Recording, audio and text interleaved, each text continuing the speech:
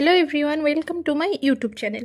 আজকে আমি বানাবো ভেজিটেবল চপ। তো চলুন আমি চপটি কীভাবে বানাচ্ছি আপনারা দেখতে থাকুন। প্রথমে আমার যে মশলাগুলি প্রয়োজন সেগুলো আমি সব এক জায়গায় নিয়ে নিয়েছি। এখানে নিয়েছি সাদা জিরে, মরিচ, শুকনো লঙ্কা, মৌরি ও ধনে। মশলাগুলোকে আমি ড্রাই রোস্ট করে তারপর বেটে নেব, গুঁড়ো করে নেব। আর এখানে নিয়েছি আদা ও কাঁচা লঙ্কা। মশলাগুলোকে আমার ড্রাই রোস্ট করা হয়ে গেছে, এবার মশলাগুলো গুঁড়ো করে নেব। আর এদিকে আদা কাঁচা লঙ্কাটা বেটে নেব। এখানে নিয়েছি নারকেল কুচি আর বাদাম, ওটাকেও আমি ভেজে নিয়েছি অল্প তেলে। আর এখানে একটা আলুকে সেদ্ধ করে আমি একটু মেখে রেখেছি। আর এইদিকে আমি গাজর আর বিটটা কুচিয়ে নিয়েছি। এবার কীভাবে আমি পুরটি বানাচ্ছি দেখুন। প্রথমে কড়াইতে তেল গরম করতে দিয়ে দিলাম, তারপর ফোড়নে দিচ্ছি 5 ফোড়ন।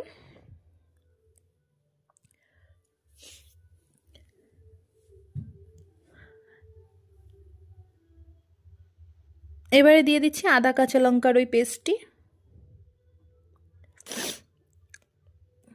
একটু নাড়িয়ে নিয়ে মশলাটা একটু ভেজে নেব।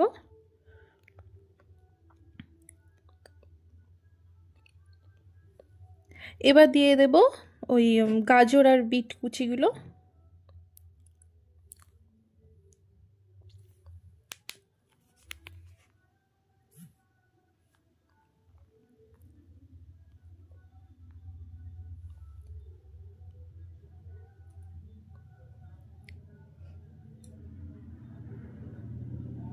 গাজর বিটটা আমার সম্পূর্ণ দেওয়া হয়ে গেছে। এবার আমি একটু ভালো করে এর সাথে ভেজে নেব।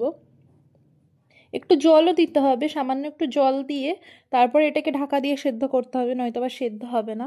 এবার দিয়ে দিচ্ছি, হালকা সেদ্ধ হয়ে এসেছে, এবার দিয়ে দিচ্ছি হলুদ আর নুন।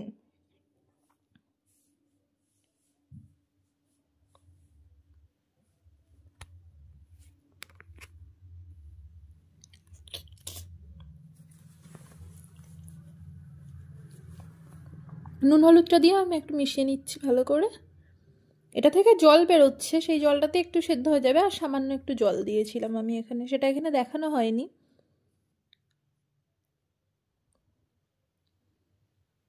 এই যে জলটা শুকিয়ে এসেছে, এবার দিয়ে দিচ্ছি আমি ওই ম্যাশ পটেটোটা।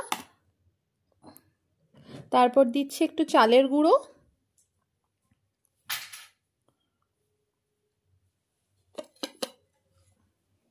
দিয়ে দিচ্ছি আগে থেকে ভেজে রাখা বাদাম ও নারকেল কুচি,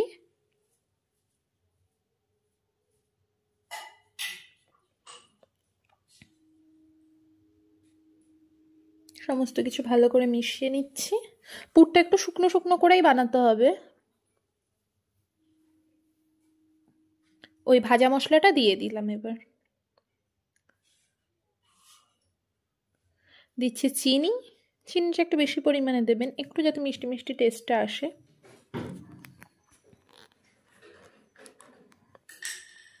তারপর দিয়ে দিচ্ছি শাহি গরম মশলার গুঁড়ো। এটা আমি প্যাকেটটা ইউজ করেছি এখানে।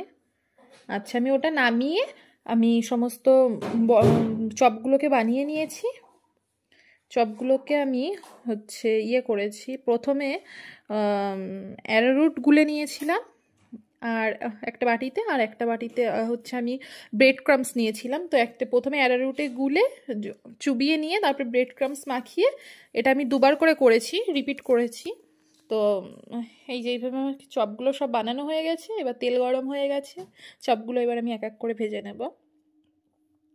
এই যে দিয়ে দিয়েছি তেলের মধ্যে।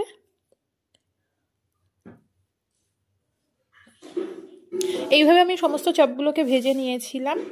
দেখুন তো কেমন হয়েছে দেখতে। খেতে অনেক টেস্টি হয়েছিল চপগুলো। রেসিপিটি যদি আপনাদের ভালো লাগে অবশ্যই একটি লাইক করবেন, চ্যানেলটি সাবস্ক্রাইব করে আমার পাশে থাকবেন এবং আপনারা অবশ্যই এভাবে বাড়িতে ট্রাই করে দেখবেন। ভালো লাগলে আমাকে কমেন্টে এসে অবশ্যই করে জানিয়ে যাবেন। নমস্কার।